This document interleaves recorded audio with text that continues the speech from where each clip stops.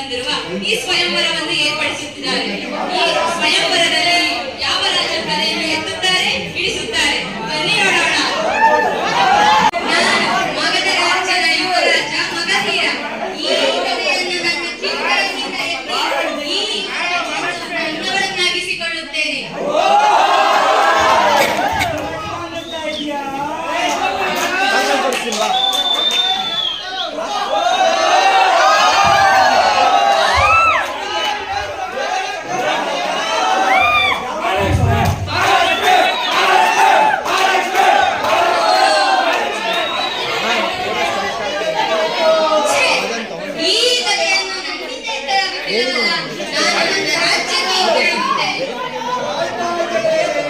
ಅದಕ್ಕೆ